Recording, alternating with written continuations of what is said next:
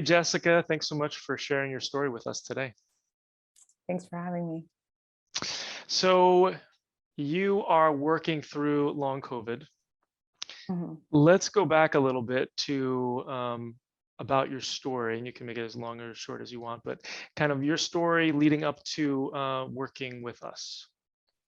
So I got COVID in December of 2020, and I was pretty sick. I was in the hospital, in the emergency room twice, really bad I guess, tachycardia, breathing issues, a lot of pain, specifically vascular pain, just terrible fatigue, dizziness, dysautonomia, all the Mm. classic COVID symptoms.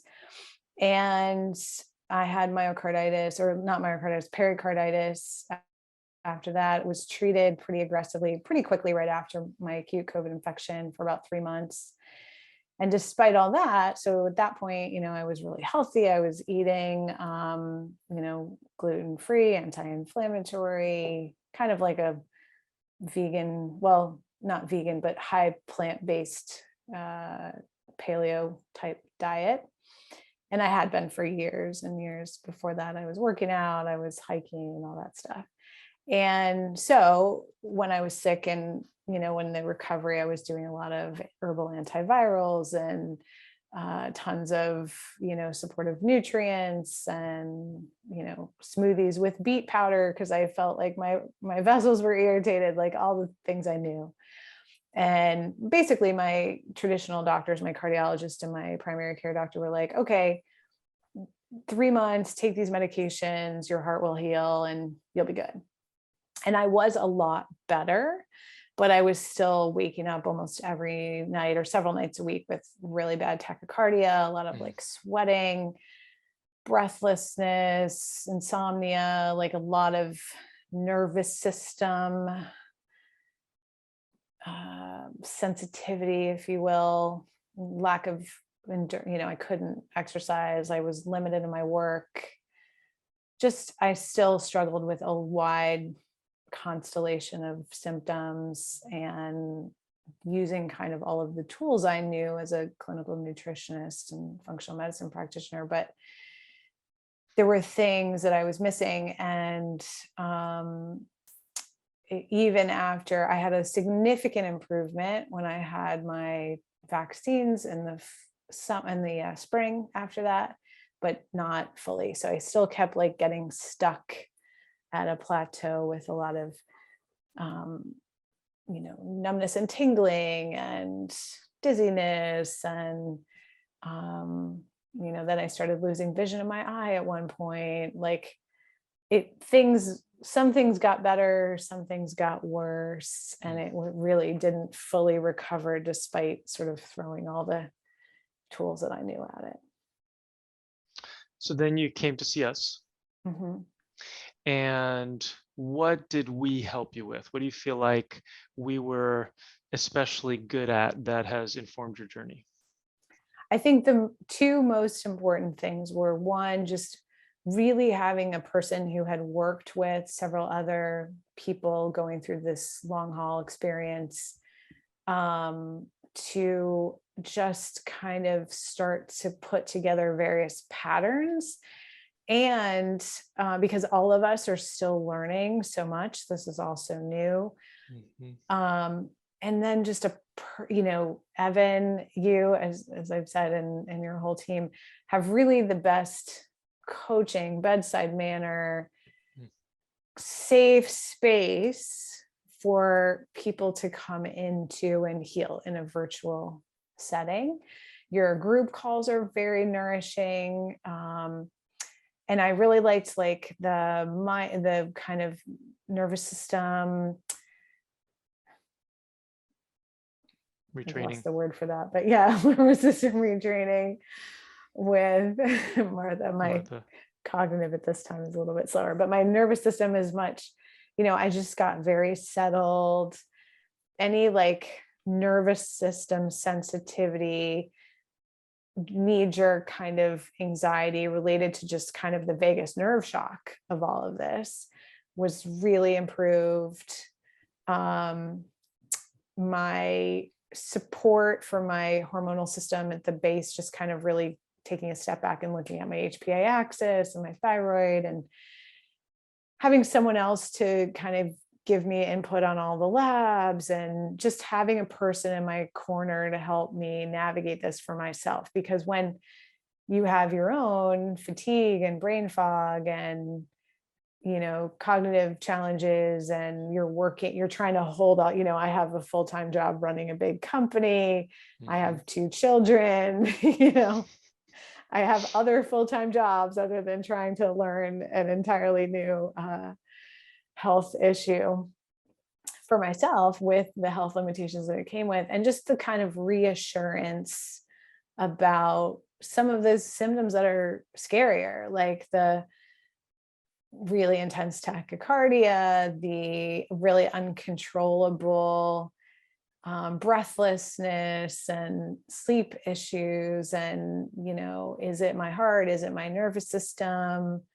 What are some clues to tell us different things? So that was very helpful, the whole container of the experience. And then I think the other most important thing that I haven't seen anyone else do as clearly is figure out how to kind of reduce my toxic load to take that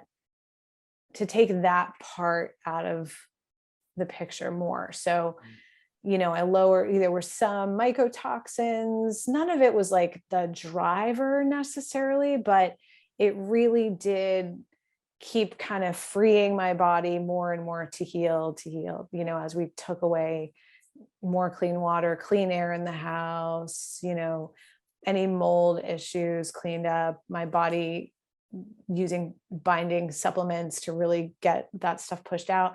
And then I think it's helped me to really discover that while I don't think this is maybe true for every person with long haul, because there's a really varied presentation, a lot of us, I think, have some kind of viral persistence. And it going through the process of your program helped me to see that that was a huge component of what I think still has yet to be fully resolved.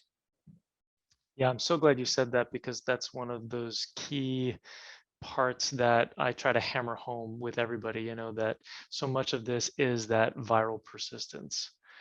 Um, so tell us where you are now. And I know that you've worked with some other practitioners since we've worked together.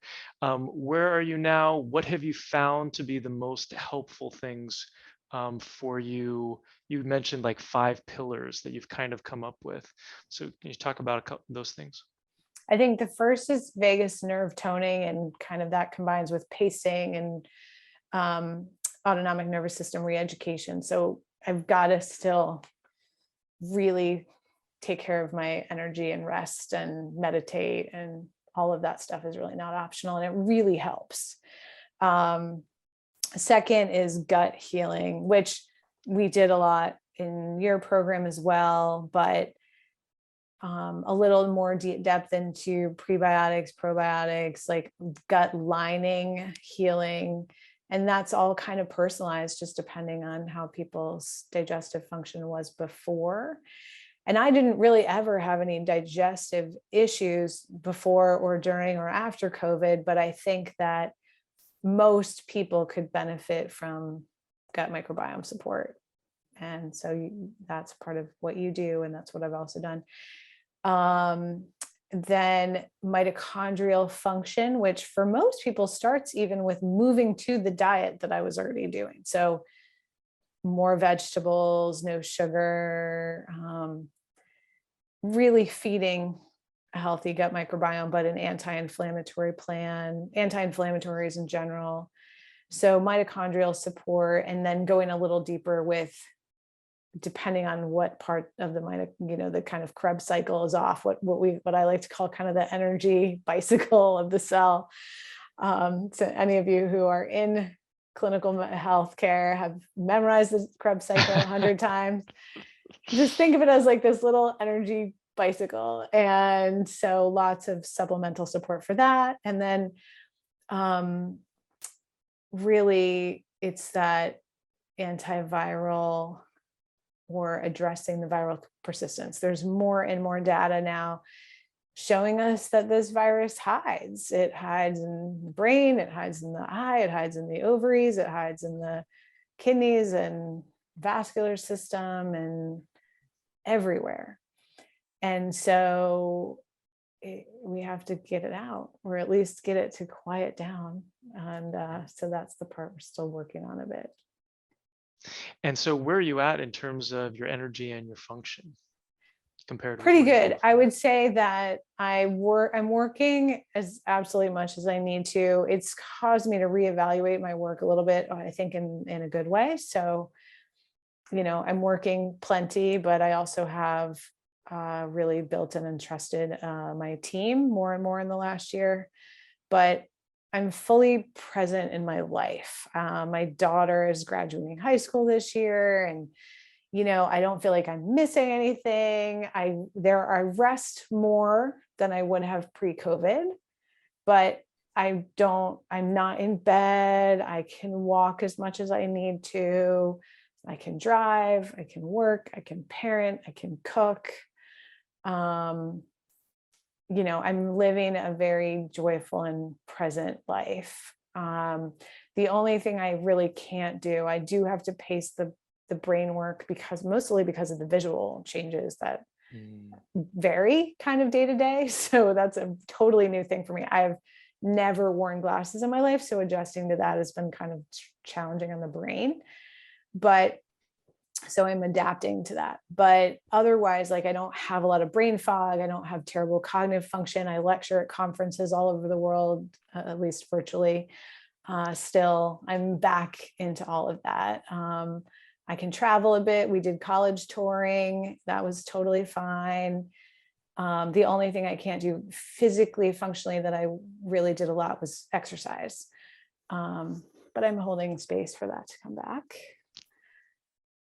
Excellent. Yeah, so I feel good. I think it's really important for me to say to people who are living with long COVID that while this is really complicated and highly variable, and we still have a lot of questions, there are a lot of things that integrative clinicians, integrative medicine doctors like Dr. Hirsch here really do know, because this is it's not totally different from things that have existed in the past. There are some new features of it that we may not totally understand, but there are tools, like if you are in bed or you can't eat or you can't work at all, or you feel like you can't be with your kids, you can make a lot of progress. There's a lot we do know how to do, but it takes a supported, long-term, systematic, patient approach.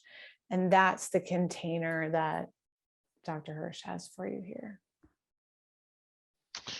Jessica, thank you so much for sharing your story with us today.